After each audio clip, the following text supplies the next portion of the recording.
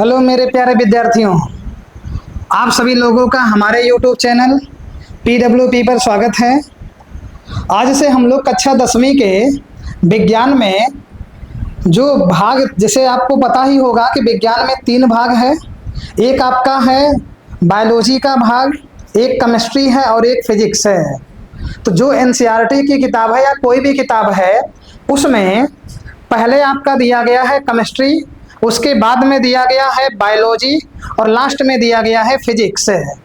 तो हम लोग आज से शुरुआत करेंगे भौतिकी के अर्थात फिजिक्स के। आप सभी लोगों को जितनी भी चीज़ें यहाँ पर बताई जाएंगे, हर एक एक कड़ी को ध्यान से समझते चलिएगा। यहाँ पर कोशिश करेंगे अच्छे तरीके से बताने का, जिससे आपको एक ही बार में किसी भी परिभाषा को समझने में कोई दिक्कत नहीं है। साथ में आप उसका नोट्स बनाइएगा। नोट्स बनाएंगे, उससे क्या होगा कि आप समय समय पर अपना रिवीजन करते रहेंगे। रिवीजन करने से चीज़ें नई नई होती रहती हैं, हमेशा रिन्यूएबल हो जाती हैं, और जब रिन्यूएबल हो जाती हैं तो दिमाग जो है तेज़ी से काम करना शुरू कर देता है। यदि आप केवल ऐसे पढ़ करके छोड़ देंगे, लिखेंगे नहीं, तो आप पढ़ करके जब छोड़ देंगे तो वो कुछ समय तक याद रहेगा, परंतु कुछ समय के बाद में जब ज़्यादा समय बीत जाएगा तो आपको जो भी चीज़ें आपने पढ़ा है वो चीज़ें कुछ कुछ दिमाग से उतरती रहती हैं। ऐसा आप लोग फील कर पाए होंगे। तो हम लोग पहले चैप्टर की शुरुआत करेंगे। पाठ 1 है प्रकाश का परावर्तन तथा अपवर्तन। लेकिन आप NCERT में देखेंगे तो NCERT के अनुसार ये पाठ जो है 9वां होगा। तो 9 नंबर पाठ को लेकर के चल रहे हैं। आप लोग अपनी किताबों को भी पढ़ते रहिएगा, प्लस यहाँ से कॉन्सेप्ट को समझिए, यहाँ से नोट्स बनाइए, याद करते चलिए। बाकी आपको किसी हेडिंग में कहीं प्रॉब्लम होगी तो आप हमें कमेंट के रूप में ज़रूर बताएं, जिससे उस हेडिंग के लिए या फिर और भी जितने भी हेडिंग समस्यात्मक रूप में रहेंगे उनका एक अलग से वीडियो आप लोगों के लिए लेकर के आएंगे। तो चलिए देर ना करते हुए हम लोग अपने चैप्टर की शुरुआत करेंगे। तो आप देख रहे हैं प्रकाश का परावर्तन तथा अपवर्तन। तो सबसे पहले हम लोग इस चैप्टर का अर्थ जानेंगे कि यहाँ पर क्या क्या चीज़ें होंगी। तो जैसा कि आप देख रहे हैं, पहला ही शब्द दिया गया है प्रकाश, अर्थात आपको सबसे पहले ये जानना पड़ेगा कि आखिर ये प्रकाश होता क्या है। प्रकाश क्या होता है? तो आपने जाना होगा या फिर आपने देखा होगा कि कोई भी अंधेरा कमरा है, यदि आप वहाँ पर जाएं, उसके बाद में किसी भी वस्तु को देखने का प्रयास करें तो वह वस्तु आपको दिखाई नहीं देगी। लेकिन यदि आप उस कमरे में लगे हुए बल्ब को जला देते हैं या फिर मोमबत्ती आप जला देते हैं या मोबाइल का जो टार्च है उसे जला देते हैं, तो ऐसी स्थिति में वह वस्तुएं जिसको आप खोजना चाहते हैं वो सभी आपको दिखाई देना शुरू हो जाएंगी। तो यहाँ पर प्रकाश क्या हुआ कि ये एक माध्यम है। प्रकाश को कहा जाएगा एक माध्यम है जो हमें अंधेरे कमरे में रखी हुई वस्तुओं को आसानी से दिखाई देने में सहायता करता है। तो चलिए यहाँ पर ये प्रकाश हो गया। परावर्तन भी थोड़ा सा आप जान लीजिए।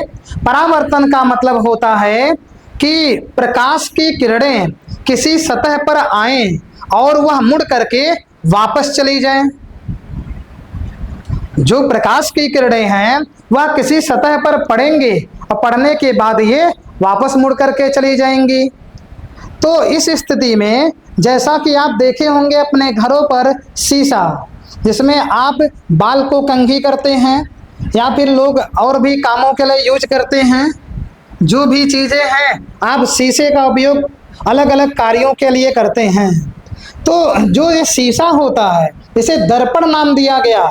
उसके एक साइड पर कलई की जाती है, पेंट लगा रहता है, और सामने वाला जो तल होता है वह परावर्तन का कार्य करता है, अर्थात उस पर कोई प्रकाश की किरण आकर के पड़ेगी तो वह जो है मुड़ करके उसी ही माध्यम में चली जाएगी। इस घटना को प्रकाश का परावर्तन हम लोग जानेंगे। अपवर्तन में क्या होता है? अपवर्तन में ऐसा ग्लास लिया जाएगा, ऐसा कांच, कि इधर से प्रकाश की किरण को डाले तो इधर निकल जाए।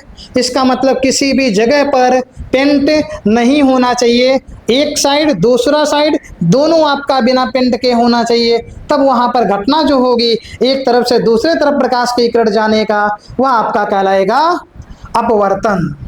तो चलिए इन लोगों को हम लोग अभी आगे क्रम से पढ़ते रहेंगे। सबसे पहले हम लोग हेडिंग डालेंगे प्रकाश। प्रकाश इसे लाइट कहा जाता है। चलिए प्रकाश क्या है कि प्रकाश एक माध्यम है या प्रकाश एक ऊर्जा का स्रोत है जिसके माध्यम से हम सभी लोग अंधेरे कमरे में रखी हुई वस्तुओं को आसानी से देख सकते हैं। या फिर प्रकाश एक ऐसा विकिरण ऊर्जा है जो हमारी आंखों को संवेदित करती है। क्यों आंखों को संवेदित करने के लिए कहा गया? क्योंकि हमारे शरीर में 5 ज्ञानेंद्रियां पाई गई हैं, 5 संवेदी अंग पाए गए हैं, और लाइट का जलना बुझना ये केवल इनको फील करने वाला जो अंग है वह आंखें ही होती हैं। बाकी लाइट के जलने से त्वचा पर कोई प्रभाव नहीं पड़ेगा, जीभ पर कोई प्रभाव नहीं पड़ेगा, कान खड़े नहीं होंगे, या कान जो है ये भी किसी प्रकार का हरकत नहीं करता। जो भी मतलब हरकत करने वाली चीज़ है वो केवल आंखें हैं, आंखों पर ही उसका प्रभाव पड़ेगा। ज़्यादा प्रकाश आ जाएगा आप आंखों को बंद कर लेंगे, कम प्रकाश होगा किसी वस्तु को देखना चाहते हैं आप आंखों को बड़ा करके देखेंगे। तो प्रकाश एक क्या हो गया? विकिरण ऊर्जा है। चलो इसकी 2 परिभाषाएं लिख दी जा रही हैं। प्रकाश एक ऐसी ऊर्जा का स्रोत है, ऊर्जा का स्रोत है जिसके माध्यम से अंधेरे कमरे में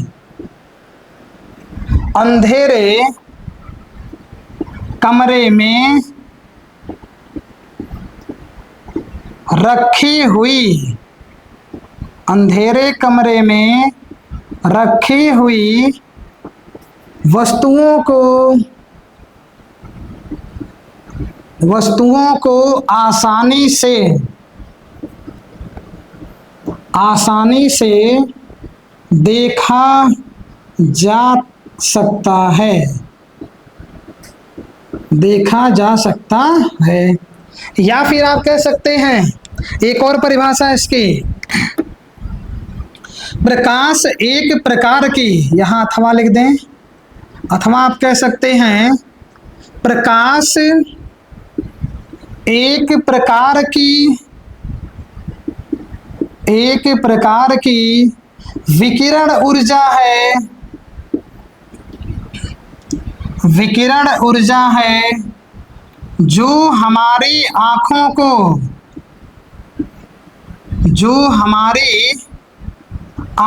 को संवेदित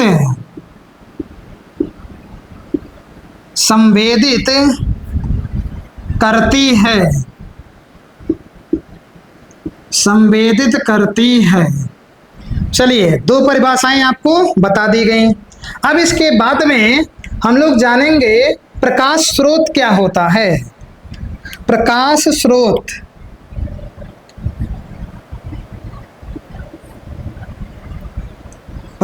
स्रोत लाइट सोर्स कहा जाता है इसे। प्रकाश स्रोत का मतलब होता है जहां से भी हमको या हम लोगों को प्रकाश मिलता है उन्हीं सभी वस्तुओं को प्रकाश स्रोत कहा जाता है। प्रकाश स्रोत 2 प्रकार के होते हैं, एक होता है प्राकृतिक प्रकाश स्रोत, एक होता है मानव निर्मित अथवा कृत्रिम प्रकाश स्रोत। जितने भी प्रकाश स्रोत मानव के द्वारा बनाए गए हैं उन सभी प्रकाश स्रोतों को मानव निर्मित अथवा कृत्रिम प्रकाश स्रोत कहा जाता है। लेकिन जो प्रकाश या फिर जो चीजें मानव के द्वारा नहीं बनाई गई हैं लेकिन फिर भी उनसे हम लोग प्रकाश प्राप्त कर लेते हैं, उन सभी प्रकाश के स्रोतों को कहा जाता है प्राकृतिक स्रोत, नेचुरल सोर्स। अब आप इसमें देखेंगे कि जो प्राकृतिक स्रोत होता है उसमें आपका है सूर्य, तारे, चंद्रमा, इन सब चीजों को मानव ने नहीं बनाया है, इसीलिए इन सभी से आने वाला जो प्रकाश होगा वह या फिर उस जो ये स्रोत का कार्य कर रहा है वह प्राकृतिक स्रोत में रखा जाएगा। लेकिन आप देखेंगे आपके घरों में बल्ब लगे हैं, एलईडी लाइटें लगी हुई हैं और भी तमाम प्रकार के लाइट, मोमबत्ती हो गया, तो इन सभी से जो भी प्रकाश आ रहा है इन सभी वस्तुओं को मानव ने बनाया है, इसीलिए उसे मानव निर्मित या फिर कृत्रिम प्रकाश स्रोत कहते हैं। तो चलिए हेडिंग हो जाएगा प्रकाश स्रोत। वे वस्तुएं जहां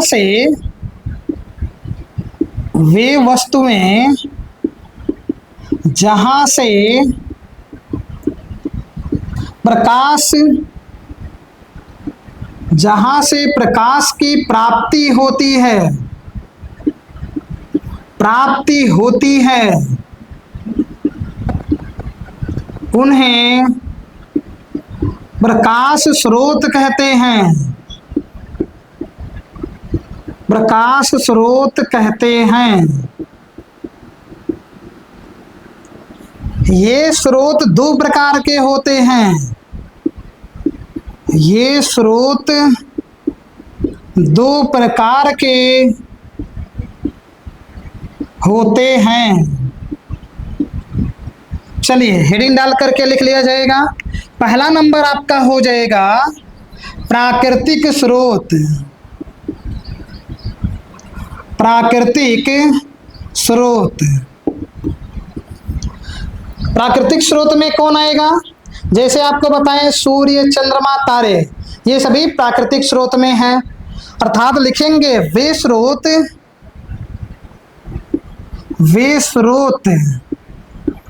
जिन्हें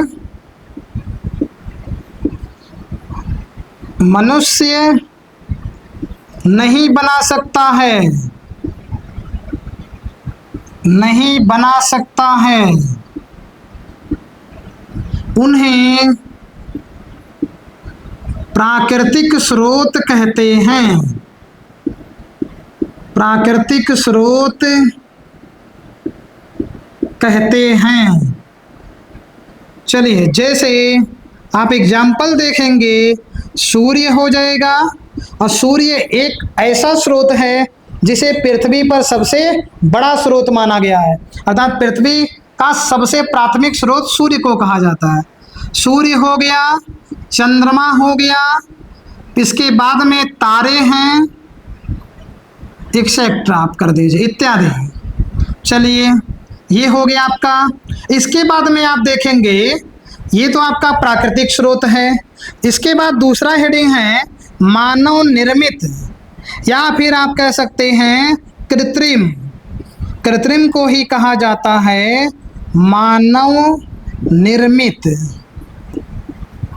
मानव निर्मित स्रोत। चलिए इसकी परिभाषा क्या बनेगी? सब चीजें आपको बता चुके हैं, नोट्स बनाते चलेंगे। वे स्रोत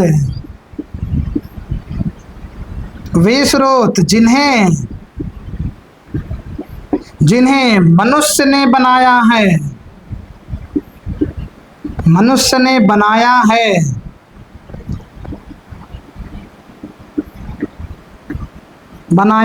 उन्हें मानव निर्मित स्रोत कहते हैं। मानव निर्मित स्रोत कहते हैं। एग्जाम्पल में आप जैसे देखेंगे बल्ब हो गया, इसके बाद में मोमबत्ती, लालटेन हो गया, इत्यादि। आप और सभी चीज़ों को लिख सकते हैं जो भी आपके आसपास में दिखेंगी, और आप ये उसके बारे में सोच लें क्या मानव ने बनाया है उन्हें, तो आप उन सभी को कृत्रिम या मानव निर्मित स्रोत में रख सकते हैं। तो उम्मीद आपको इतनी चीज़ें क्लियर तरीके से आ गई हैं। चलिए आपका हेडिंग प्रकाश हो गया, प्रकाश स्रोत हो गया। इसके बाद में आपने जान लिया ये स्रोत दो प्रकार के होते हैं, एक होता है प्राकृतिक स्रोत, एक होता है आपका मानव निर्मित या फिर कहा जाता है कृत्रिम स्रोत। अब ये देखेंगे कि जो ये प्रकाश उत्पन्न होते हैं, अभी तो ये स्रोत की बात थी, प्रकाश उत्पन्न करने के आधार पर जो वस्तुएं होती हैं वो दो प्रकार की, एक होता है जिसमें खुद का ही लाइट अपना रहेगा, अर्थात खुद से ही अपना प्रकाश वो उत्पन्न कर देंगे, लेकिन कुछ ऐसी वस्तुएं होती हैं जिनके पास में अपना खुद का प्रकाश पाया नहीं जाता, वे केवल जो वस्तुएं पहले से ही प्रकाशित हैं उन्हीं की सहायता से प्रकाशवान होंगे। आप एग्जाम्पल जैसे समझिए, जैसे बल्ब है, आपने अपने कमरे का स्विच ऑन किया, तुरंत ही बल्ब जलने लगा, तो बल्ब ये खुद जल रहा है, लेकिन आपके कमरे में यदि कहीं पर रखा हुआ है टेबल, इसके बाद में कहीं है चेयर, तो चेयर क्या लाइट उत्पन्न करेगा? खुद से वो दिखाई नहीं देगा। इसीलिए जो ये बल्ब जल रहा है वहां से प्रकाश की किरणें निकल करके तब चेयर पर पड़ेंगी, तब जा करके वो हम लोगों के लिए विजिबल हो पाएगा, अर्थात देखने योग्य बन पाएगा। तो इसीलिए प्रकाश उत्पन्न करने के आधार पर, अभी तो ये स्रोत था, लेकिन प्रकाश उत्पन्न करने के आधार पे वस्तुएं दो प्रकार की होती हैं। तो यहां पर लिखेंगे प्रकाश उत्पन्न करने के आधार पर, प्रकाश उत्पन्न करने के आधार पर, उत्पन्न करने के आधार पर वस्तुएं, दो प्रकार की वस्तुएं कहिए, चाहे आप स्रोत भी कह सकते हैं, दो प्रकार उत्पन्न करने के आधार पर वस्तुएं या स्रोत दो प्रकार के होते हैं, दो प्रकार के होते हैं। एक का नाम होता है प्रदीप्त वस्तुएं या फिर प्रदीप्त स्रोत, और दूसरा होता है अदीप्त। तो पहले हम लोग हेडिंग डालेंगे, पहला नंबर इसका प्रदीप्त प्रकाश स्रोत, आप यहां वस्तुएं भी लिख सकते हैं, स्रोत कह दीजिए या फिर प्रदीप्त वस्तुएं भी कह सकते हैं। चलिए, ये आपका हेडिंग हो गया। अब इसमें आप देखेंगे कि वे सभी प्रकाश स्रोत, वे सभी प्रकाश स्रोत जिनमें स्वयं का प्रकाश पाया जाता है, वे सभी प्रदीप्त प्रकाश स्रोत कहलाते हैं। जैसे सूर्य, सूर्य जो है इसको किसी के सहारे ऊर्जा की आवश्यकता नहीं पड़ती, इसमें स्वयं का प्रकाश पाया जाता है, इसीलिए इसे प्रदीप्त में हम लोग रख लेंगे। इसी प्रकार से तारे होते हैं, तारों में भी स्वयं का प्रकाश पाया जाता है, इसीलिए तारों को भी ये कहा जाएगा वे प्रदीप्त वस्तुएं अथवा प्रदीप्त प्रकाश स्रोत के अंतर्गत आएंगे। चलिए, तो लिखेंगे वे स्रोत, वे स्रोत या फिर आप कह दीजिए वस्तुएं जिनमें, जिनमें स्वयं का प्रकाश पाया जाता है, स्वयं का प्रकाश पाया जाता है, उन्हें प्रदीप्त वस्तुएं कहते हैं। एग्जाम्पल में आप देखेंगे, जैसे आपका सूर्य हो गया, तारे हो गए इत्यादि। इसके बाद में दूसरी कड़ी इसी का अदीप्त, अदीप्त प्रकाश स्रोत, अदीप्त प्रकाश स्रोत। इसमें आप देखेंगे कि वे वस्तुएं आएंगी जिनमें स्वयं का प्रकाश नहीं होता, ये प्रदीप्त वस्तुओं की सहायता से प्रकाशित होती हैं। जैसे आपको एग्जाम्पल बताए कि किसी कमरे में यदि आप बल्ब को जलाएंगे, बल्ब प्रकाश देना शुरू कर देगा, तो वो जो है आपका आ जाएगा प्रदीप्त वस्तु में। लेकिन चेयर जो है वहां से किसी प्रकार का प्रकाश नहीं आएगा, वह तभी प्रकाशित होगी जब कोई प्रदीप्त वस्तु जलेगा। रॉड, बल्ब, कोई भी चीज जलेगा तभी जाकर के वो चेयर प्रकाशित हो पाएगा। तो इसकी परिभाषा क्या बनेगा? वे स्रोत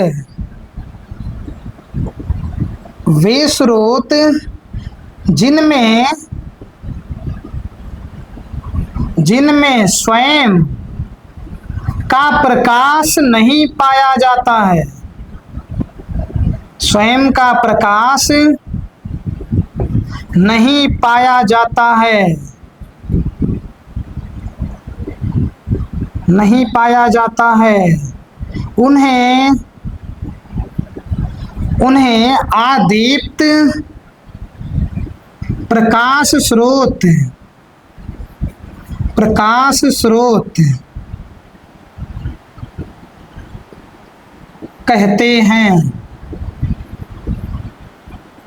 कहते हैं।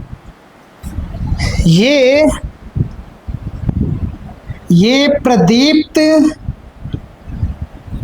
वस्तुओं के द्वारा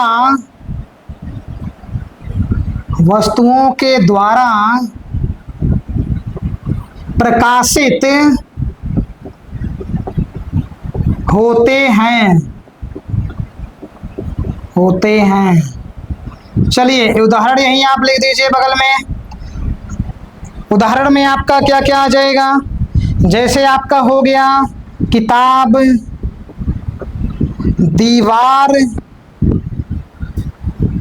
दीवार हो गया, कुर्सी, मेज इत्यादि। आप इन सभी वस्तुओं को देखेंगे तो ये खुद से ही लाइट या प्रकाश को उत्पन्न नहीं करती हैं। ये जब कोई प्रदीप्त वस्तु जलेगी तब उसी के प्रकाश के द्वारा ये प्रकाशित हो जाती हैं। चलिए आपको इतनी चीजें बता दी गई हैं, एकदम बेसिक से बताया जा रहा है। आप एकदम से ध्यानपूर्वक समझते और अपना नोट्स बनाते चलिएगा। आप लोग इसका स्क्रीनशॉट ले लीजिए, इसके बाद में हम लोग अगले स्लाइड पे बढ़ेंगे। चलिए, तो आपको इतनी चीजें याद हो गई और समझ में भी आ गया प्रकाश क्या है। इसके बाद में प्रकाश जो है कहाँ से उत्पन्न होता है ये भी चीजें जान गए।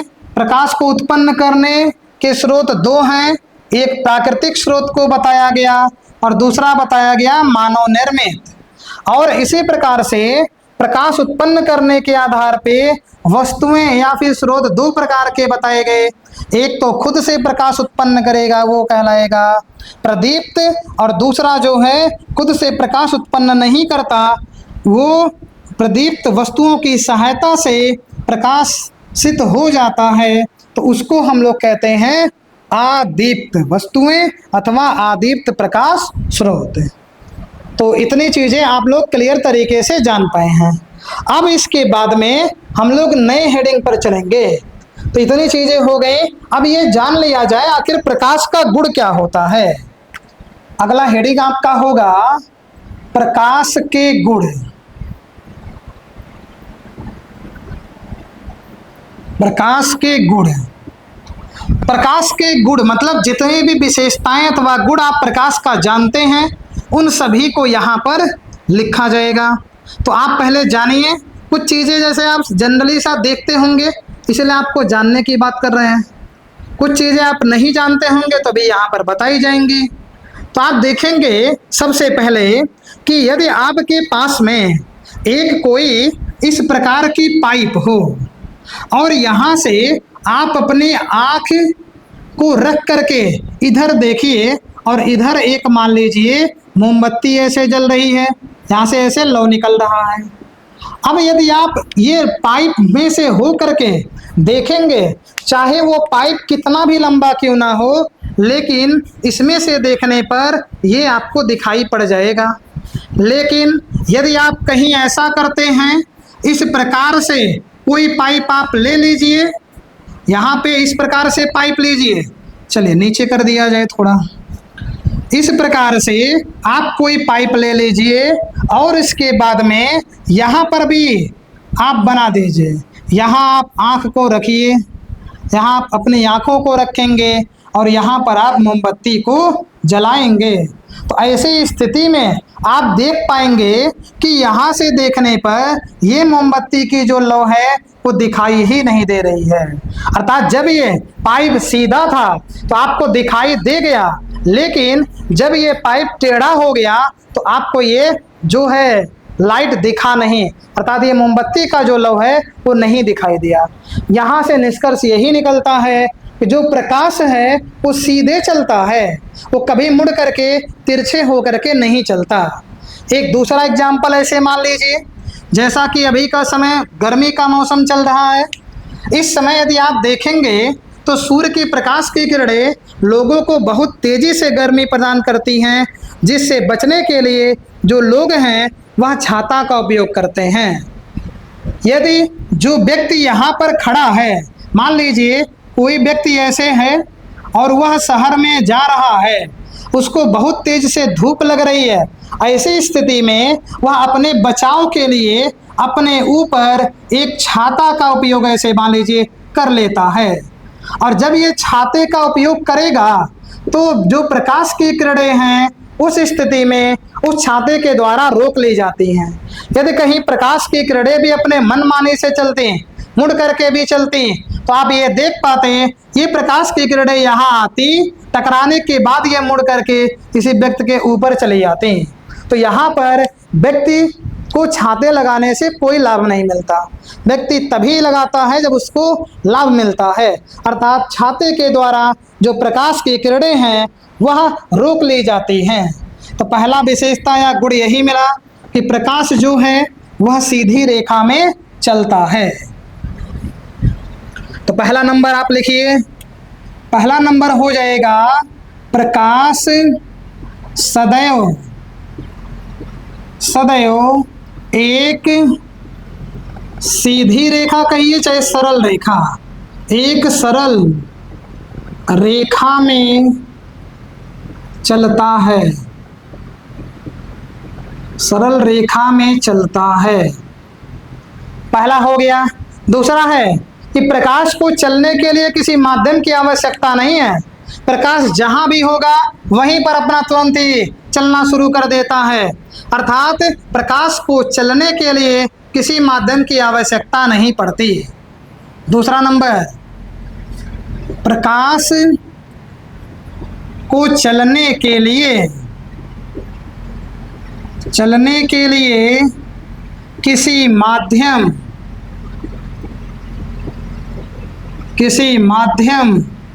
की आवश्यकता नहीं होती है। अब इसके बाद में आप देखे होंगे कि प्रकाश को जब हम अपने आंखों पर दिखाते हैं तो वस्तुएं दिखेंगी नहीं, लेकिन यदि हम प्रकाश को जलाए हैं वस्तु पर तब जाकर के हमको वस्तुएं दिखती हैं। अर्थात यहाँ पर जो वस्तुएं हम लोग देख पाते हैं वहाँ कंडीशन ये है, हमारे पास मान लीजिए टार्च हो, टार्च को जलाएंगे पहले वस्तु पर पड़ने के बाद वहाँ से टकरा करके हमारी आंखों में प्रकाश प्रवेश करता है, तब जाकर के जो वस्तु है वह हमारी आंखों को दिखाई दे जाती है। अर्थात कहा जाएगा कि प्रकाश स्वयं दिखाई नहीं देता, जबकि इसके माध्यम से केवल वस्तुओं को देखा जाता है। तीसरा नंबर, प्रकाश स्वयं दिखाई नहीं देता है, स्वयं दिखाई नहीं देता है, जबकि इसके माध्यम से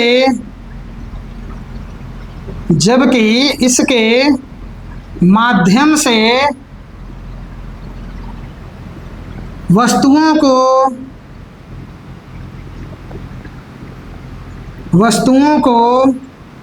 देखा जा सकता है, देखा जा सकता है। चलिए 3 हो गया। जो प्रकाश है उसका भी अपना एक स्पीड होता है।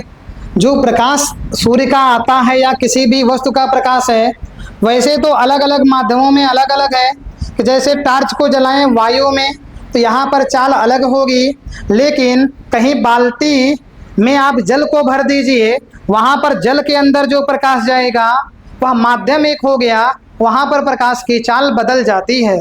तो अलग अलग माध्यमों के लिए प्रकाश की चाल अलग अलग होती है। तो अगला विशेषता हो जाएगा अलग अलग, अलग अलग माध्यमों में, माध्यमों में प्रकाश की चाल, प्रकाश की चाल भी अलग अलग होती है। प्रकाश की चाल भी अलग अलग होती है। इसके बाद में चौथा नंबर, निर्वात में प्रकाश की चाल, निर्वात कहिए या फिर वायु में प्रकाश की चाल,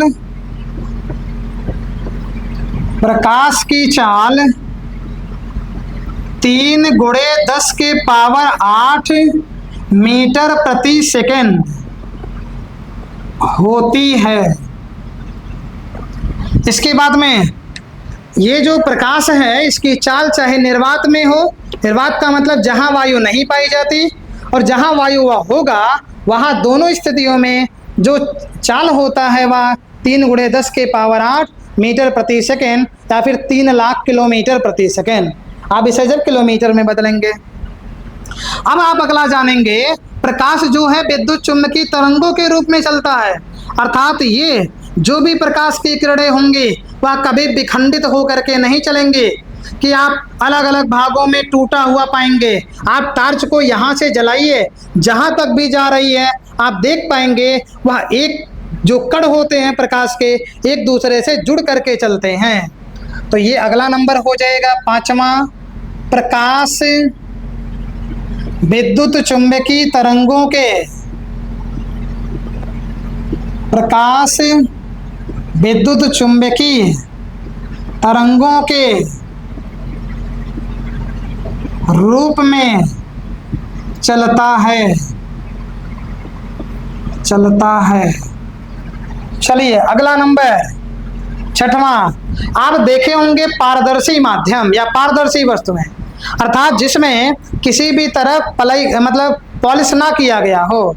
आप वहां पर ध्यान देंगे कि एक तरफ से वस्तुएं दूसरे तरफ की दिखाई दें, वह वस्तु कहलाएगा जो है पारदर्शी। तो पारदर्शी वस्तुओं में से प्रकाश एक तरफ से दूसरे तरफ पार कर जाएगा, लेकिन अपारदर्शी जो पदार्थ होंगे या वस्तुएं जो होंगी उनमें से प्रकाश कभी बाहर नहीं निकल पाता है। तो यहाँ कहेंगे कि प्रकाश पारदर्शी वस्तुओं में से गमन कर सकता है, पारदर्शी वस्तुओं में से होकर गमन कर सकता है, कर सकता है, परंतु अपारदर्शी में से नहीं, अपारदर्शी में से नहीं। चलिए इसके बाद में अगला आप कड़ी जानेंगे इसी का ही, कि जैसे अभी आपके आंखों के सामने एक बहुत बड़े हैलोजन को लगा दिया जाए, या फिर आपसे कहा जाए कि जब दोपहर के समय में सूर्य एकदम ऊपर से आकर के चमकता है तो आप उनको ऐसे सीधे देखिए। उस समय आप क्या करेंगे, अपने आंखों को या तो बंद कर लेंगे या तो वहां से हट जाएंगे, क्योंकि प्रकाश के पास इतनी तरंग दैर्ध्य होती है, इतना ज़्यादा मात्रा में उसके पास में स्रोत या फिर इतना ज़्यादा उष्मा होती है कि आप सीधे उसे आंखों से नहीं देख पाएंगे। अर्थात दृश्य प्रकाश की तरंगदैर्घ्य यहाँ बताना चाहते हैं कि जो दृश्य या विजिबल लाइट जो है उसका वेवलेंथ, तो दृश्य प्रकाश की तरंगदैर्घ्य है 3900 एंगस्ट्रॉम से लेकर के 7800 एंगस्ट्रॉम तक होती है। तो अगला नंबर हो जाएगा दृश्य प्रकाश की तरंगदैर्घ्य। दृश्य प्रकाश की तरंगदैर्घ्य 3900 एंगस्ट्रॉम से लेकर 7800 एंगस्ट्रॉम तक होती है। चलिए 7 पॉइंट आप जान पाए हैं। अब आगे ध्यान ये देना है कि यदि पारदर्शी जैसे है तो पारदर्शी में से जब प्रकाश जाएगा तो अपवर्तन की घटना होगा। तो और सब व्याख्या हम लोग उसी अपवर्तन के टॉपिक में पढ़ेंगे। बाकी आप इतने को समझ पाए होंगे तो ये सभी जितनी भी चीज़ें दी गई हैं ये सभी प्रकाश के गुण के अंतर्गत आता है। अब इसके बाद में हम लोग ये जानेंगे आखिर प्रकाश की किरण क्या होती है। आप देखते हैं किसी भी स्रोत को, किसी भी स्रोत से लाइट निकलता है, निकलने के बाद वह सीधी रेखा में गमन करता है। तो प्रकाश जिस रास्ते से हो करके या जिस मार्ग से हो करके जाता है उसी को कहा जाता है प्रकाश किरण। और जो ये प्रकाश किरण होता है यह जब समूह के रूप में चलने लगता है, केवल एक प्रकाश किरण ना चले, कई प्रकाश किरण चलने लगते हैं तो उनका जो समूह होगा वह कहलाएगा प्रकाश पुंज। प्रकाश पुंज भी 2 प्रकार के मिलेंगे। चले एक एक को परिभाषा लिखते भी चले इसकी। तो पहले आपका हेडिंग होगा यहाँ पे प्रकाश किरण। हेडिंग आप डाल लें प्रकाश किरण।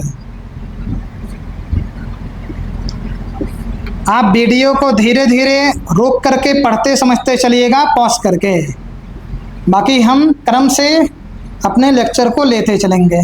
प्रकाश किरण क्या है कि जो भी प्रकाश है जब वह किसी भी पारदर्शी माध्यम से होकर के सीधी रेखा में गति करता है तो वह प्रकाश जिस मार्ग से होकर के जाता है उसे ही हम लोग प्रकाश किरण कहते हैं।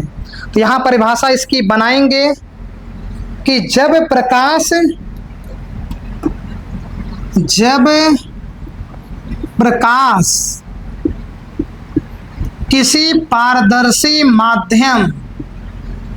किसी पारदर्शी माध्यम, चलिए कहा गया ये क्या, जब प्रकाश किसी पारदर्शी माध्यम में सीधी रेखा के रूप में चलता है, सीधी रेखा के रूप में चलता है तो प्रकाश का पथ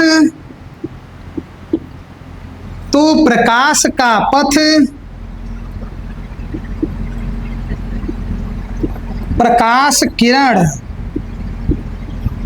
प्रकाश का पथ कौमा प्रकाश किरण कहलाता है। चलिए इसके बाद में है प्रकाश पुंज। अगला हेडिंग आपका होगा प्रकाश पुंज। प्रकाश पुंज भी आपको अभी हमने बताया है कि जो भी प्रकाश किरण एक जब चलेगा अकेले तो प्रकाश किरण है, लेकिन जब कई प्रकाश की किरणें ऐसे चलेंगी तो इनका जो ये समूह होगा प्रकाश की किरणों का उसे कहा जाता है प्रकाश पुंज। तो ये कहेंगे प्रकाश किरणों के समूह को, चलिए प्रकाश किरणों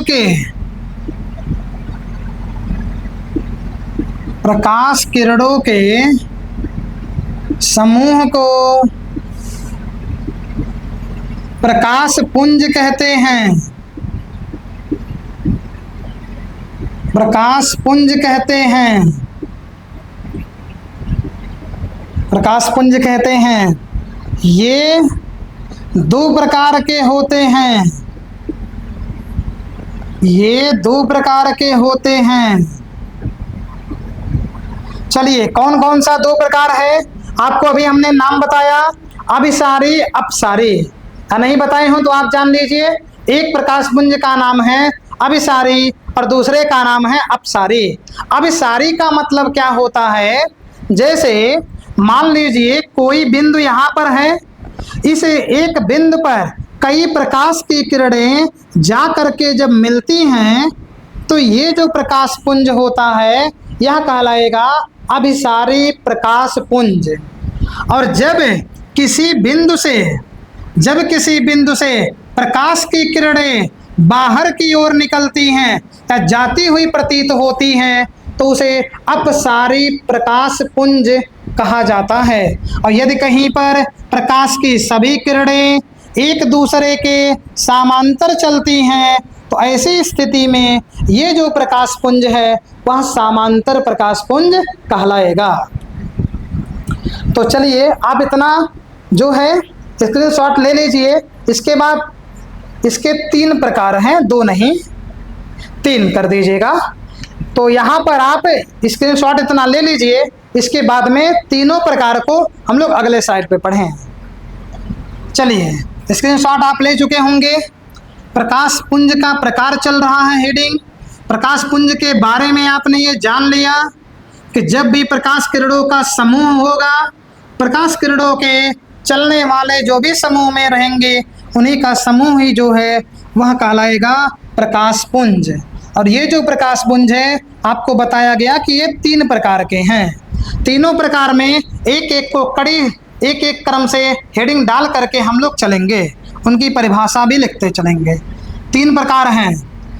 तो पहले का नाम हो जाएगा, पहले का नाम है अभिसारी, अभिसारी प्रकाश पुंज, अभिसारी प्रकाश पुंज। चलिए अभिसारी के लिए आपको अभी यहाँ पर हमने परिभाषा बता दिया। जब प्रकाश की जो किरणें हैं सभी जा करके एक बिंदु पर मिलती हैं या फिर प्रकाश किरणों का जो समूह है जा करके एक बिंदु पर मिलता है तो उसे अभिसारी प्रकाश पुंज कहते हैं। जैसे और भी एग्जाम्पल आप ले सकते हैं। आप ऐसे कहीं पर गोला ऐसे बना दीजिए, घर पर आप चार लोगों को कहिए वो अपने हाथों में टार्च को लेकर के इसी केवल बिंदु पर जलाएं तो आपको ये दिखाई देगा कि जो प्रकाश की किरणें हैं वह सभी एक बिंदु पर इकट्ठी हो रही हैं, इसीलिए उसे कहा जाएगा अभिसारी प्रकाश पुंज। चलिए अब इसकी परिभाषा लिख लेते हैं कि जब प्रकाश की किरणें, जब प्रकाश की किरणें एक ही बिंदु पर, जब प्रकाश की किरणें एक ही बिंदु पर मिलती हैं, एक ही बिंदु पर मिलती हैं तो उसे अभिसारी, अभिसारी प्रकाश पुंज कहते हैं, अभिसारी प्रकाश पुंज कहते हैं। आपको यदि चित्र बनाना है तो आप ऐसे छोटा सा बना दीजिए कि एक आपका बिंदु होगा, यहाँ से प्रकाश की किरणें, हाँ इसी बिंदु पर कई प्रकाश की किरणें आ करके ऐसे मिलेंगी तो ये आपका जो है जो प्रकाश पुंज तैयार हो रहा है या जो बन रहा है उसे अभिसारी प्रकाश पुंज कहते हैं। इसके बाद में दूसरा नंबर आएगा अपसारी प्रकाश पुंज, अपसारी प्रकाश पुंज। चलिए अपसारी का मतलब होता है फैलना। यहाँ पर आप देखेंगे कि जब प्रकाश की किरणें एक ही बिंदु से आती प्रतीत होती, आती मतलब बाहर निकलती हैं। चलिए लिखेंगे परिभाषा में, जब प्रकाश की किरणें एक ही बिंदु से आती प्रतीत होती हैं तो उसे अपसारी प्रकाश पुंज कहते हैं। प्रकाश पुंज कहते हैं।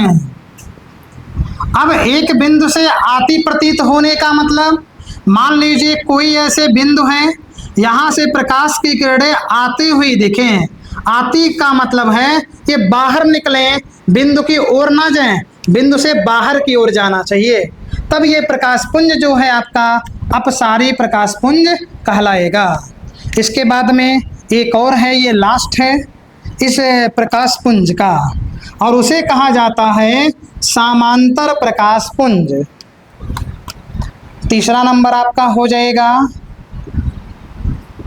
समांतर प्रकाश पुंज।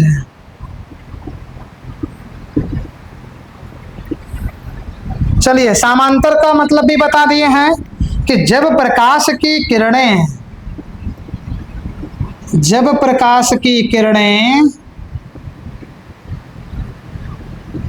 एक दूसरे के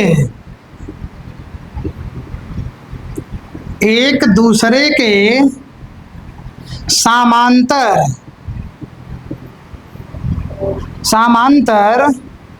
चलती हैं तो उसे समांतर प्रकाश पुंज कहते हैं। समांतर प्रकाश पुंज कहते हैं। समांतर प्रकाश पुंज में जितनी भी किरणें होंगी वह एक दूसरे के समांतर में चलेंगे, और जब समांतर में चलेंगे तो ऐसा जो प्रकाश पुंज होगा उसे कहा जाएगा समांतर प्रकाश पुंज। अब आप लोग इसका स्क्रीनशॉट ले लीजिए। इसके बाद हम लोग अगले हेडिंग पर चलते हैं, प्रकाश का परावर्तन। चलिए, स्क्रीनशॉट आप ले चुके होंगे। अब हम लोग चलेंगे प्रकाश का परावर्तन। जो प्रकाश का परावर्तन है, इसके लिए अभी हमने स्टार्टिंग में आपको बताया है कि एक ऐसा पृष्ठ कोई होना चाहिए, एक साइड तो चमकदार रहे लेकिन जो दूसरा साइड होता है वह पॉलिश किया जाना चाहिए, और जब उस पर जा करके प्रकाश की किरणें मुड़ेंगे, वहां पर जा करके तकड़ा करके तब मुड़ेंगे, उसी घटना को ही कहा जाएगा प्रकाश का परावर्तन। तो यहाँ हेडिंग पहले डालेंगे, प्रकाश का परावर्तन। प्रकाश का परावर्तन। चलिए, परिभाषा क्या होगी कि जब प्रकाश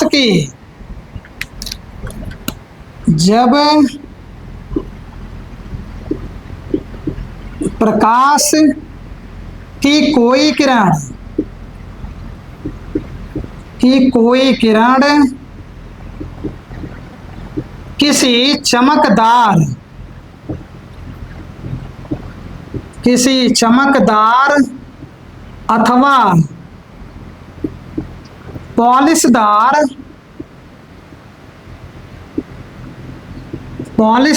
सतह पर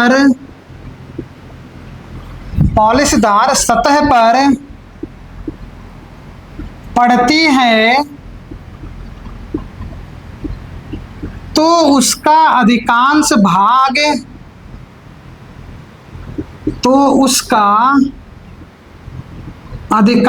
भाग उसी माध्यम में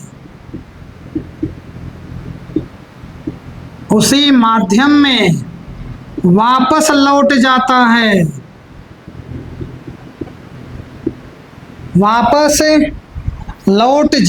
है। चिकने तल से टकराकर, चिकने तल से टकराकर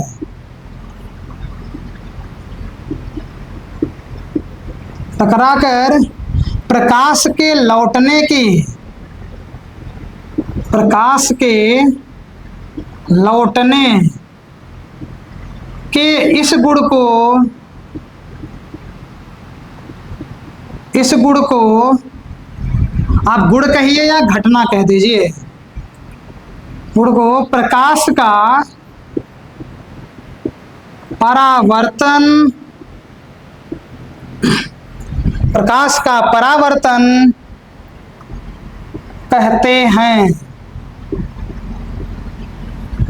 चलिए क्या बताया गया, कोई एक आपके पास में ऐसी वस्तु होनी चाहिए, एक साइड में जैसे मान लीजिए हथेली को हम एक वस्तु मान लें, एक साइड में जो है कलई रहे, पूरा पिंड कर दिया जाए, और पिंड जो किया जाता है वह लाल ऑक्साइड का किया जाता है। जो पिंड है एक तल वो लाल ऑक्साइड का होगा और दूसरा तल जो है ये चमकदार रहेगा। जैसे आपको बताए थे स्टार्टिंग में ही, जिसमें हम लोग अपना चेहरा देखते हैं बाल को कंघी करने के लिए, तो उसमें जिस ओर से हम लोग देखते हैं वह तो रहता ही एक चमकदार, लेकिन पीछे वाला हिस्सा जो है पॉलिश किया जाता है। तो जब उस एक वाले तल पर जो चमकदार है प्रकाश की किरण ऐसे डालेंगे तो ये जो है इसी माध्यम में वापस मुड़ जाता है। इसी घटना को प्रकाश का परावर्तन कहते हैं। जो प्रकाश के परावर्तन की मात्रा है वह उसके पृष्ठ पर निर्भर करती है। यदि कोई पृष्ठ खुरदुरा होगा तो प्रकाश का परावर्तन की जो मात्रा होती है वो कम होगी, मतलब प्रकाश की किरणें मुड़ करके बहुत कम जाएंगी। लेकिन यदि कोई तल बहुत चिकना होगा तो वहाँ से प्रकाश ज़्यादा मात्रा में परावर्तित हो जाती हैं। तो यहाँ पर हम लोग विशेष लिखेंगे, विशेष। विशेष में क्या जाने कि प्रकाश के परावर्तन की मात्रा, प्रकाश के परावर्तन की मात्रा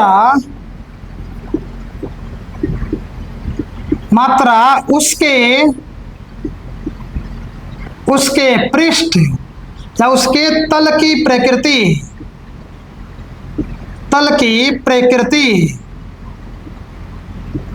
पर निर्भर करता है, निर्भर करता है। यदि पृष्ठ चिकना है, यदि पृष्ठ चिकना है तब अधिक प्रकाश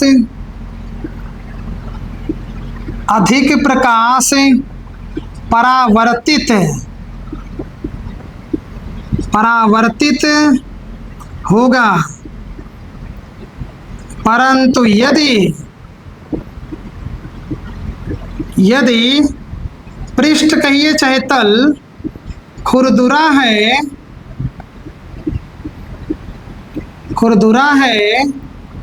तो प्रकाश कम परावर्तित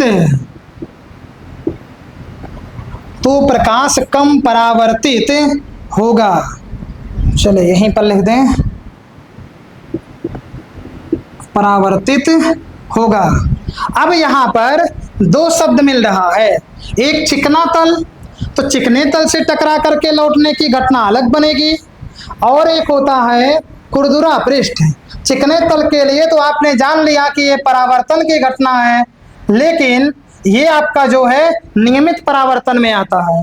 और जब कोई प्रकाश खुरदुरे पृष्ठ पर गिरेगा, वहां से टकरा करके मुड़ेगा, तो वह जो आपका परावर्तन है वह कहलाएगा अनियमित या फिर विसरित भी कहते हैं।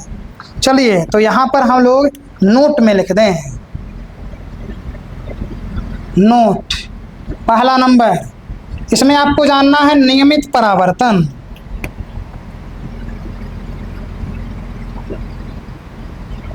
नियमित परावर्तन नियमित परावर्तन। यदि प्रकाश का परावर्तन, यदि प्रकाश का परावर्तन चिकने तल से, चिकने तल से होता है, तब उसे नियमित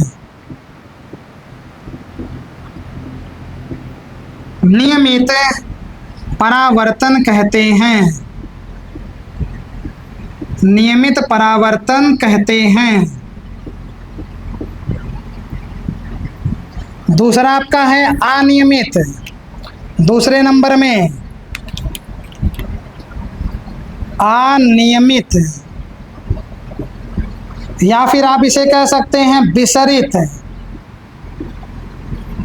परावर्तन। परावर्तन, चलिए इसके लिए पृष्ठ या तल जो है खुरदुरा होना चाहिए। यहां पर देखेंगे तो मिलेगा यदि प्रकाश का परावर्तन, यदि प्रकाश का परावर्तन खुरदुरे तल से होता है,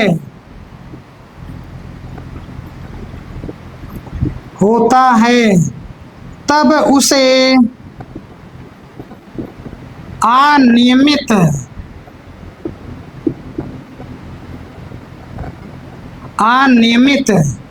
परावर्तन कहते हैं। परावर्तन कहते हैं। चलिए खुरदुरे तल का मतलब है कि जैसे आपके घर में जो दीवार है, यदि वह उस पर जो है पॉलिश नहीं किया गया है तो जो दीवार होगी वो खुरदुरा कहलाएगा। और खुरदुरा पृष्ठ रहेगा, जब भी प्रकाश को आप डालेंगे तो वह उसको अवशोषित कर लेगा, प्रकाश की बहुत कम ही मात्रा बाहर वो परावर्तित करता है। लेकिन जो कमरा आपका एकदम बढ़िया से पूरे फिनिशिंग के साथ में रहेगा, वहां पर प्रकाश की किरण जब उस दीवार पर पड़ेगी, उस तल पर पड़ेगी, वहां से प्रकाश की ज्यादा मात्रा परावर्तित हो जाती है और वो कहलाएगा आपका नियमित परावर्तन। चलिए इतनी चीजें आप लोग जान पाए होंगे।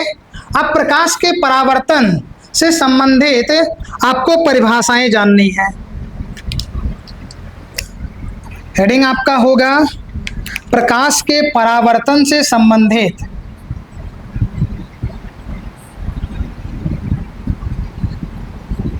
प्रकाश के परावर्तन से संबंधित कुछ परिभाषाएं।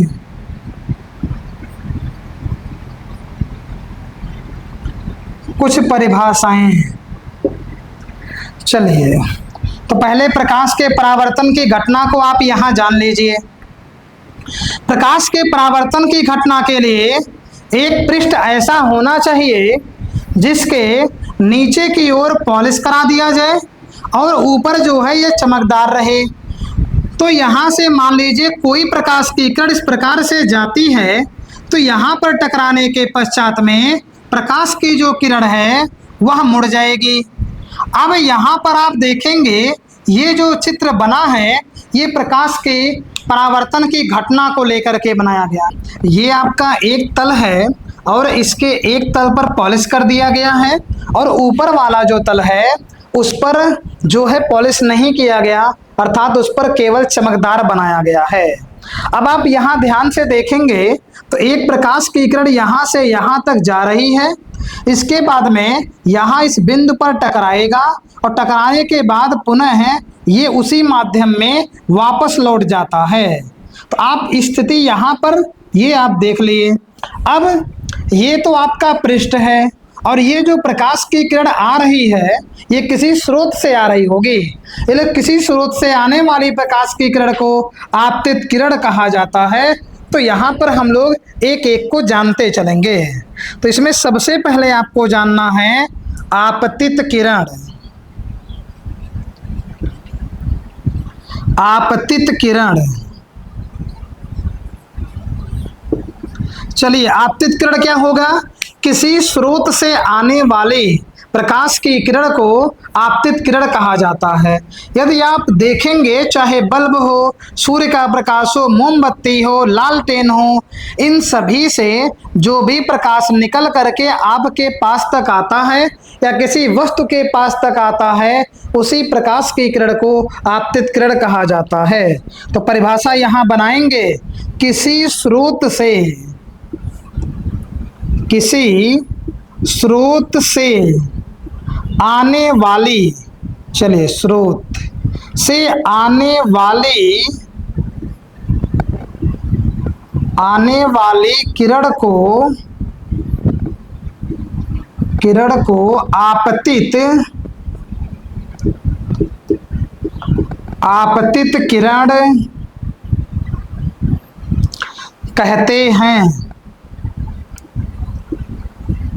कहते हैं।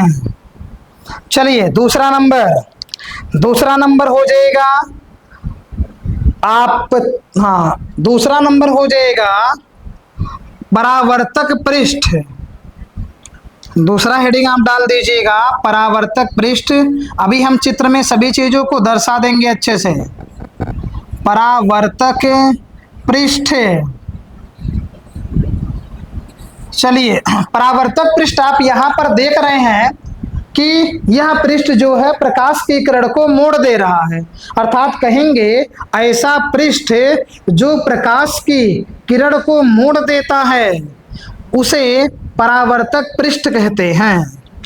तो यहां परिभाषा इसका लिखेंगे, ऐसा पृष्ठ जो प्रकाश की किरणों को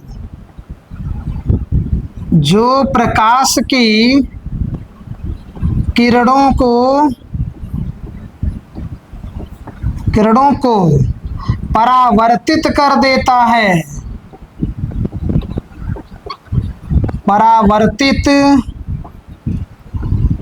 देता है, उसे परावर्तक पृष्ठ कहते हैं। परावर्तक पृष्ठ कहते हैं। चलिए, 2 हो गया। तीसरा पॉइंट है आपतन बिंदु। तीसरा नंबर आपको मिलेगा आपतन बिंदु। आपतन बिंदु क्या होगा? आप ये देख रहे हैं, जो प्रकाश की किरण है आने वाली, इसका नाम तो आप जान लिया, आपतित किरण। तो ये आपतित किरण इस पृष्ठ के जिस बिंदु पर गिरती है उसी बिंदु को कहा जाता है आपतन बिंदु। तो कहेंगे आपतित किरण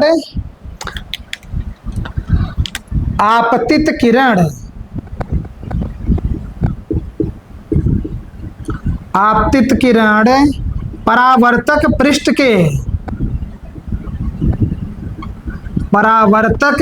के जिस बिंदु पर गिरती है, पृष्ठ के जिस बिंदु पर गिरती है,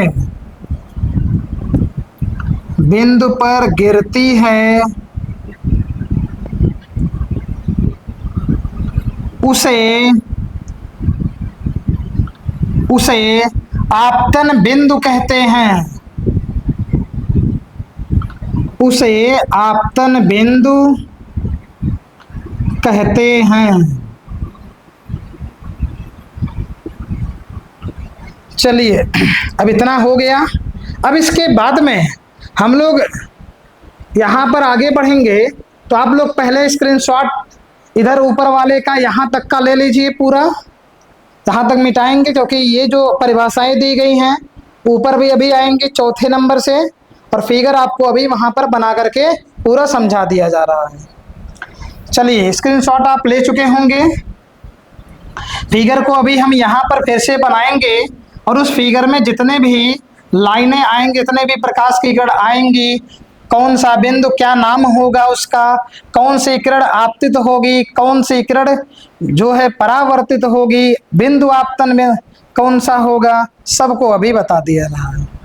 चलिए, तो यहाँ पर आप देख लीजिएगा, यहाँ पर तो हो गया आपका 3 नंबर। चौथे नंबर में आप जान लीजिए, या फिर आप पहले फिगर को देख लीजिए।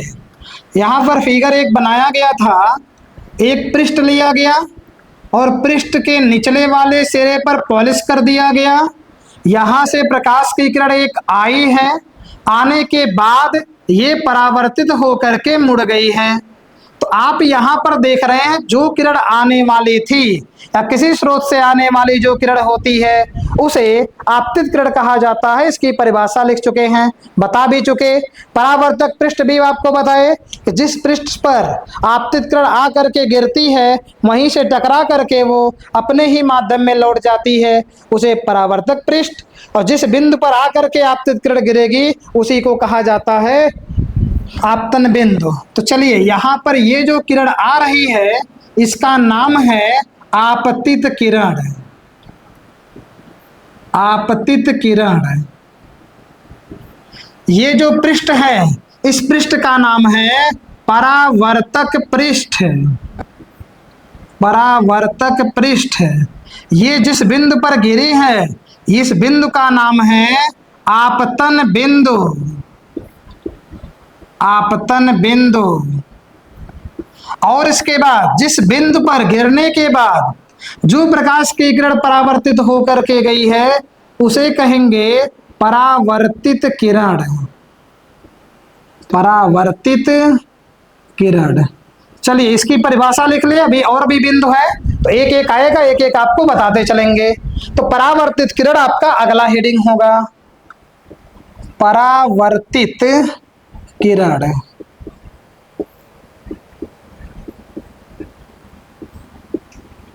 चलिए, परावर्तित किरण में आप देखेंगे तो इसकी परिभाषा होगी कि आपतन बिंदु पर टकराने के पश्चात जो प्रकाश की किरण वापस उसी माध्यम में मुड़ जाती है उसे परावर्तित किरण कहते हैं। या फिर आप परिभाषा को अपने शब्दों में और भी बना सकते हैं कि टकराने के पश्चात जो भी किरण वापस मुड़ जाती है उसे परावर्तित किरण कहते हैं। तो यहाँ पर परिभाषा लिख दिया जा रहा है, परावर्तन के पश्चात, परावर्तन के पश्चात जो प्रकाश की किरण, जो प्रकाश की किरण उसी माध्यम में, उसी माध्यम में वापस लौट जाती है, वापस लौट आती है, आती है, क्योंकि जिस माध्यम से आया है उसी में आए, वापस भी आएगा, लौट आती है, उसे कॉमा लगाइए, उसे आपतित परावर्तित किरण कहते हैं। किरण कहते हैं। चलिए, इसके बाद में अगला हेडिंग होगा आपतन बिंदु, 5वां नंबर। आपतन बिंदु। चलिए, आप यहां चित्र में देख रहे हैं आपतन बिंदु हो गया है, यहां हेडिंग हो जाएगा अभिलंब। अभिलंब जानना है, इसे नॉर्मल कहा जाता है। अभिलंब क्या होगा, आप यहां चित्र में देख रहे हैं आपतन बिंदु, आपतन बिंदु पर एक लंब खींचते हैं तो एकदम सीधी रेखा यहां पर खींचते हैं जो लंब के रूप में रहेगी। और लंब ये तभी कहलाएगा जब इस साइड में जो बना कोण है पूरा ये साइड जो है ये 90 डिग्री के होंगे, तब ये सीधी वाली रेखा ही आपका अभिलंब कहलाती है। अभिलंब। अर्थात आप ये कह सकते हैं आपतन बिंदु पर खींचा गया लंब अभिलंब कहलाता है। आपतन बिंदु पर, आपतन बिंदु पर खींचा गया लंब, खींचा गया लंब अभिलंब, अभिलंब कहलाता है, अभिलंब कहलाता है। चलिए इसके बाद में आपको जानना है आपतन कोण। छठवां नंबर आपतन कोण। चलिए आपतन कोण क्या होगा? आप यहां पर देख रहे हैं ये जो किरण है इसका नाम आपतित किरण और ये जो लंब खींचा गया इसका नाम अभिलंब। अब ये दोनों किरणों के बीच में, दोनों अभिलंब और आपतित किरण के बीच में जो कोण बनता है उसे कहा जाएगा आपतन कोण। आपतन कोण परिभाषा क्या बना? आपतित किरण और अभिलंब के बीच बने कोण को आपतन कोण कहते हैं और इस कोण को आई से प्रदर्शित किया जाता है।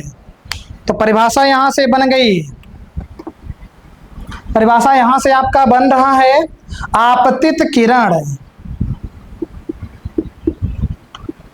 आपतित किरण और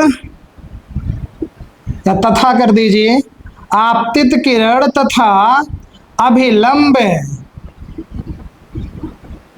अभिलंब के बीच, बीच बना कोण, बीच बना कोण आपतन कोण कहलाता है।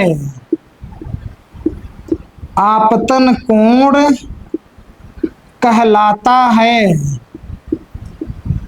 इसे स्मॉल आई से प्रदर्शित करते हैं, स्मॉल आई से प्रदर्शित करते हैं। चलिए इसके बाद में आपको जानना है परावर्तन कोण। परावर्तन कोण, परावर्तन कोण क्या होगा? यहां आप देख रहे हैं परावर्तित किरण है और यह अभिलंब है, इन दोनों के बीच में जो कोण बनेगा उसका नाम हो जाएगा परावर्तन कोण और इस परावर्तन कोण को स्मॉल आर से प्रदर्शित करते हैं। तो यहाँ पर हर चीज है जितनी भी है सबका नाम लिख दिया गया है। चलिए परिभाषा लिख लें इनका। परिभाषा इसका हो जाएगा परावर्तित, परावर्तित किरण तथा अभिलंब के बीच बना कोण, के बीच बना कोण परावर्तन कोण, परावर्तन कोण कहलाता है। परावर्तन कोण कहलाता है। इसे स्मॉल आर से प्रदर्शित करते हैं, स्मॉल आर से प्रदर्शित करते हैं। उम्मीद है आप परावर्तन से संबंधित जितनी भी परिभाषाएं बताई गई हैं सातों आपके स्लाइड पे लिखा गया है, दिख भी रहा होगा और यहाँ पर फिगर बना करके आपको हमने हर चीजें जितने भी पॉइंट में परिभाषाएं लिखाई गई हैं सब परिभाषाओं को यहाँ पर चित्र में भी हमने दर्शा दिया है जितने भी नाम आए हुए हैं। तो उम्मीद है आप सभी लोग इसको बेहतरीन तरीके से समझ पाए होंगे। अब हम लोग इसके बाद की कड़ी को पढ़ेंगे परावर्तन का नियम। तो चलिए नीचे वाले को मिटा देते हैं और यहीं पर हम लोग पढ़ लेते हैं परावर्तन का नियम, क्योंकि चीजें इसी से संबंधित हैं। जो भी परिभाषाएं परावर्तन से आई हैं संबंधित, उससे ही संबंध बना करके परावर्तन का नियम भी बनाया गया है। तो यहां पे हेडिंग डालिएगा परावर्तन के नियम। परावर्तन के नियम तो लिखेंगे इसके दो नियम हैं। इसके दो नियम हैं। इसके दो नियम हैं। चलिए, दो नियम में यहां पर आपको मिलेगा सबसे पहले पहला नियम। अब पहला नियम क्या कहता है, आप यहां पर देख रहे हैं ये जो है चित्र, इसी चित्र के लैंग्वेज से ही आपको बनाना है कि जो ये आपतित किरण है और ये परावर्तित किरण, आपतित किरण, परावर्तित किरण और इस आपतन बिंदु पर अभिलंब, ये तीनों एक ही तल में होते हैं। अब तीनों नाम आया है चार, लेकिन कहा जा रहा है तीनों एक ही तल में होते हैं। तो आपतन बिंदु पर ही तीनों एक तल में है, अर्थात आपतित किरण, अभिलंब भी है और ये परावर्तित किरण, तीनों इसी आपतन बिंदु के तल में ही पाए गए हैं। तो ये तीनों एक तल में है, किसके? आपतन बिंदु के। तो यहां पर लिखेंगे पहला, चित्र को देख करके, आपतित किरण, आपतित किरण, कॉमा, परावर्तित किरण, परावर्तित किरण तथा आपतन बिंदु पर, तथा आपतन बिंदु पर अभिलंब, अभिलंब, कॉमा, तीनों एक ही तल में, तीनों एक ही तल में होते हैं, तीनों एक ही तल में होते हैं। अब आप दूसरा भी यहीं से देख लेंगे कि जितना डिग्री के कोण से, जितने कोण से आपतित किरण आएगी उतने ही कोण से परावर्तित किरण चली जाएगी। और यहाँ बीच में अभिलंब, ये दो कोणों के भाग में बांट रहा है। इधर वाला कोण आपतन कोण है, इधर वाला कोण है परावर्तन कोण। ये आने वाली किरण के और अभिलंब के बीच बना कोण है और ये जाने वाली किरण और अभिलंब के बीच बना कोण है। अर्थात जितने कोण से आएगी उतने कोण से जाएगी। आने वाला कोण जो बन रहा है आपतन कोण है और जाने वाला जो किरण है उसके साथ में कोण परावर्तन का है। तो कहेंगे आपतन कोण सदैव परावर्तन कोण के बराबर होता है।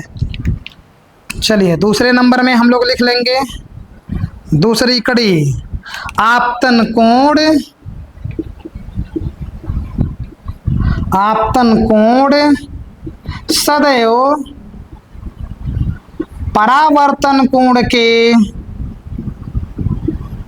परावर्तन कोण के बराबर,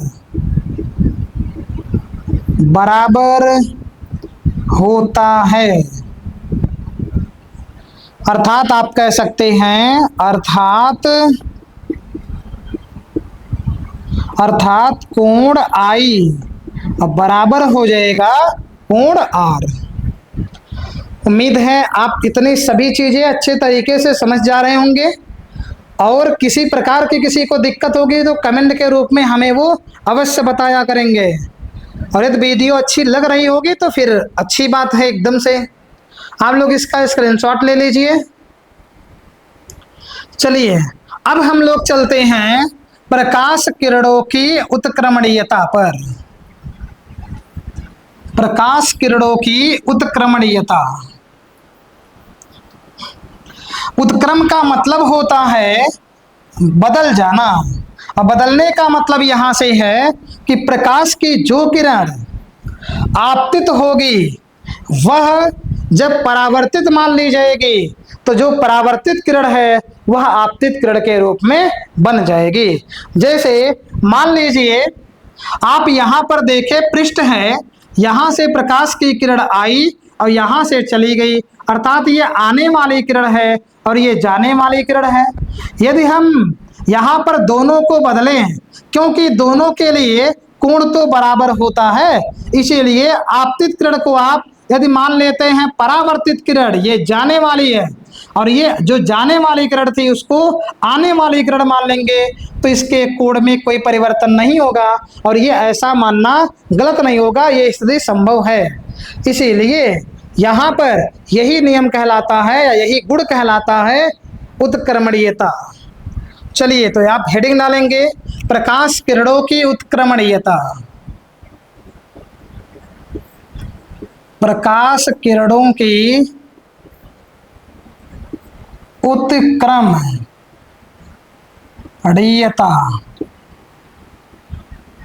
प्रकाश किरणों की उत्क्रमणीयता।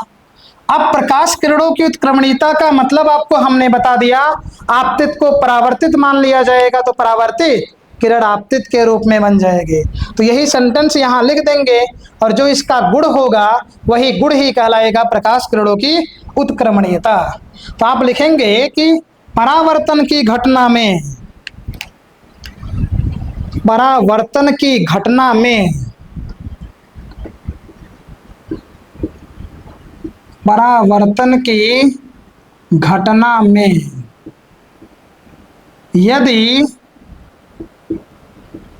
यदि आपतित किरण को, यदि आपतित किरण को परावर्तित किरण माना जाए या मान लिया जाए, आपतित किरण को परावर्तित किरण मान लिया जाए तो, मान लिया जाए तो परावर्तित किरण, परावर्तित किरण आपतित किरण, कॉमा करके है, आपतित किरण की तरह व्यवहार करेगी, व्यवहार करेगी। चलिए, परावर्तित किरण आपतित किरण की तरह व्यवहार करेगी, क्योंकि रीजन आपको हमने अभी बताया है। क्या कारण है इसका? क्योंकि आपतन कोण परावर्तन कोण के बराबर होता है। क्योंकि यहां सीधे लिख दे रहे हैं, क्योंकि कोण आई बराबर कोण आर होता है, कोण आई बराबर कोण आर होता है। प्रकाश के इस गुण को, प्रकाश के इस गुण को, इस गुण को उत्क्रमणीयता, उत्क्रमणीयता कहते हैं, उत्क्रमणीयता कहते हैं। चलिए, आपको बता दिया गया है कि जो कोई पृष्ठ होगा पॉलिश किया रहेगा, एक किरण आपतित होगी, दूसरी परावर्तित किरण, लेकिन ये जो आपतित किरण पहले थी उसको परावर्तित मान लेंगे तो दूसरी किरण जो होगी वह आपतित किरण के रूप में ही जानी जाएगी। क्योंकि यह ऐसा इसलिए होता है क्योंकि आपतन कोण का मान परावर्तन कोण के बराबर होता है। चलिए, अब आगे आप लोगों को जानना है प्रतिबिंब के बारे में, कि प्रतिबिंब के लिए आप जैसे देखे होंगे किसी भी दर्पण के सामने यदि आप खड़े हो जाते हैं तो आपका जो भी चित्र है वह उसी दर्पण में बन जाता है। तो उसी जो ये फिगर बना है या जो चित्र बना है उसी बने हुए चित्र को ही प्रतिबिंब कहा जाता है। परिभाषा क्या बना कि यदि किसी दर्पण के सामने हम खड़े हो जाते हैं तो इस दर्पण में हमारी आकृति बन जाएगी, और जो हमारी आकृति में बनी है वही चित्र ही प्रतिबिंब कहलाता है। चलिए हेडिंग हो जाएगा प्रतिबिंब। हेडिंग आप डालेंगे प्रतिबिंब, इमेज।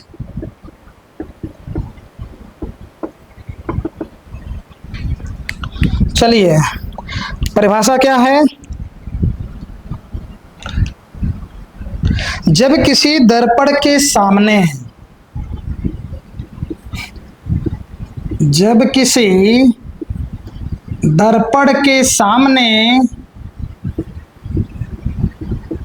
सामने कोई वस्तु रखी जाती है, कोई वस्तु रखी जाती है, तब उस दर्पण में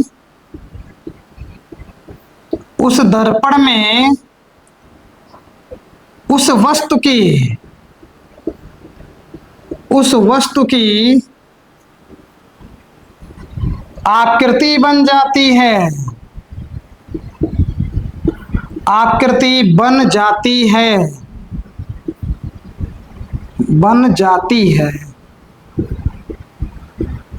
उसे ही प्रतिबिंब कहते हैं, प्रतिबिंब कहते हैं। चलिए इसकी दूसरी परिभाषा है, यहाँ अथवा लिख दिया जा रहा है। चलिए अथवा के बाद का मतलब है दूसरी परिभाषा इसी का।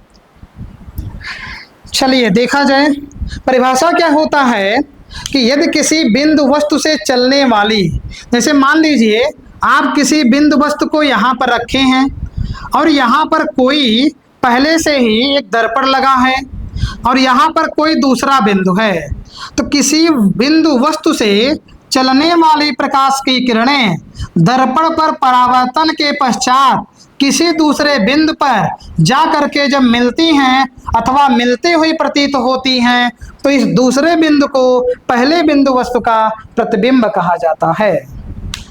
चलिए यहां से परिभाषा बनाएंगे। यदि किसी बिंदु वस्तु से चलने वाली, यदि किसी बिंदु वस्तु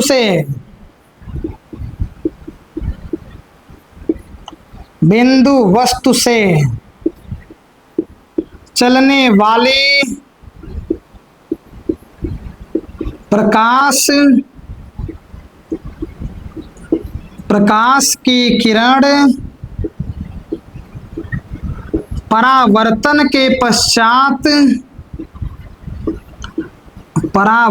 के पश्चात किसी दूसरे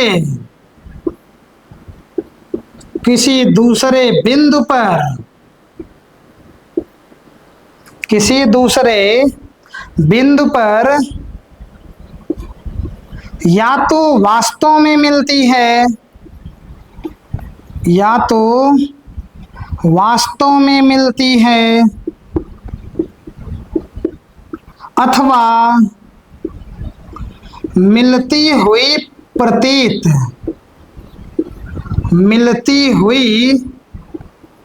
प्रतीत होती है, तो इस दूसरे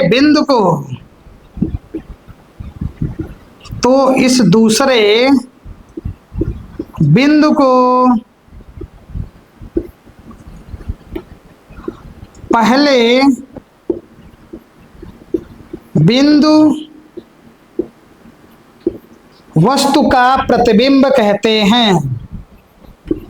बिंदु वस्तु का प्रतिबिंब कहते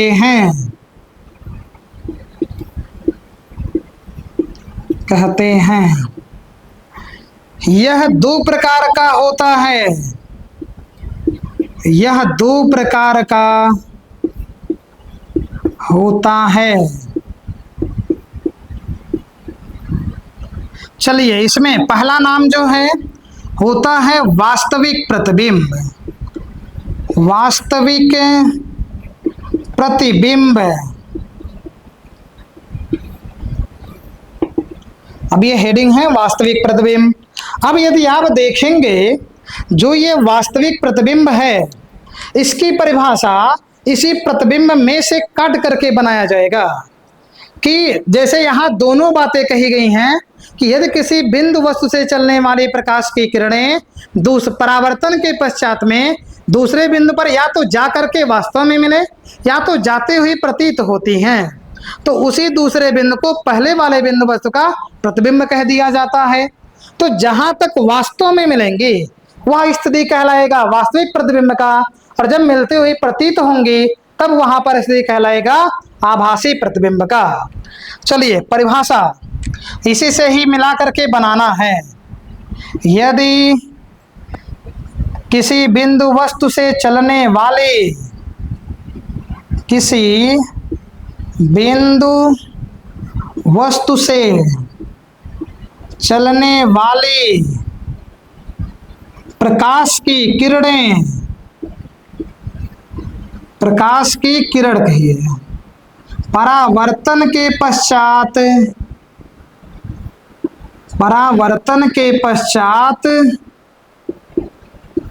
किसी दूसरे बिंदु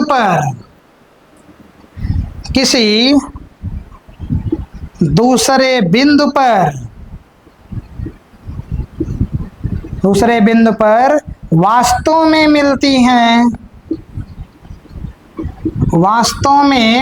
हैं, तब इस दूसरे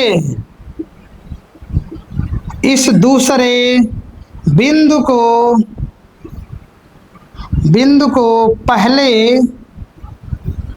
पहले बिंदु वस्तु का वास्तविक प्रतिबिंब कहते हैं। वास्तविक प्रतिबिंब कहते हैं। इसे पर्दे पर प्राप्त किया जा सकता है।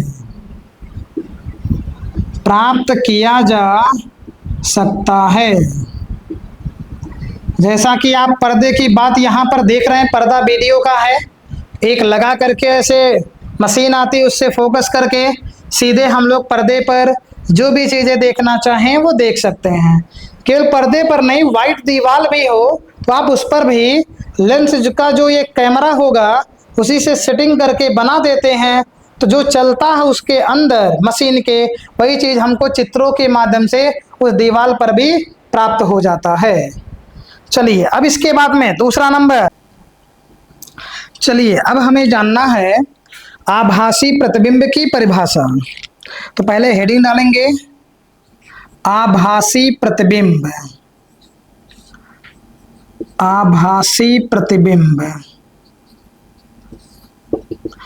यहां पर आप देख रहे हैं वास्तविक प्रतिबिंब में कि परावर्तन के पश्चात में जो भी प्रकाश की किरण है वह दूसरे बिंदु पर जाकर के वास्तव में मिल रही है, लेकिन आभासी प्रतिबिंब में परावर्तन के पश्चात में जो भी किरण जाएगी वह केवल जाती हुई या मिलती हुई प्रतीत होगी। तो यहाँ पर हम लोग परिभाषा देखेंगे तो ये बनेगा, यदि किसी बिंदु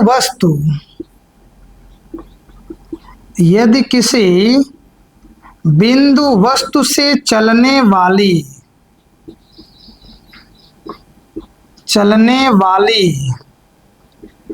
प्रकाश की किरण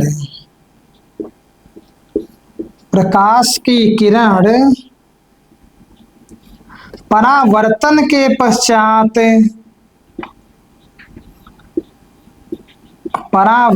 के पश्चात किसी दूसरे बिंदु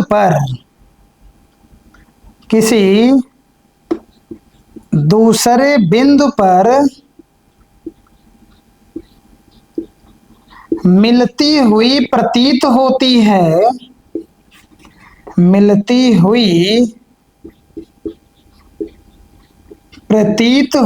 है,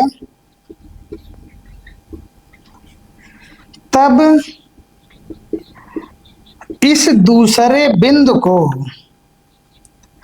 तब इस दूसरे बिंदु को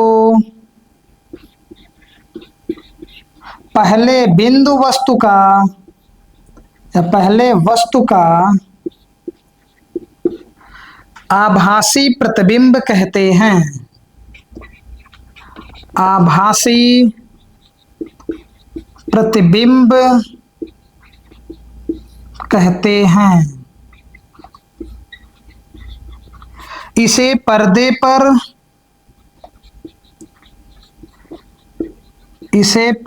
पर प्राप्त नहीं किया जा सकता है,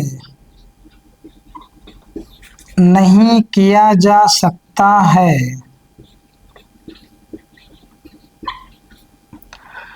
चलिए, आप लोग इसकी भी परिभाषा जान पाए। अब इसके बाद में यहीं पर आज का लेक्चर ओवर होता है। अब हम लोग अगले दिन एक नई हेडिंग, नई कॉन्सेप्ट, नई परिभाषा के साथ में मिलेंगे। तब तक आप इसका नोट्स अच्छे तरीके से बना लीजिए।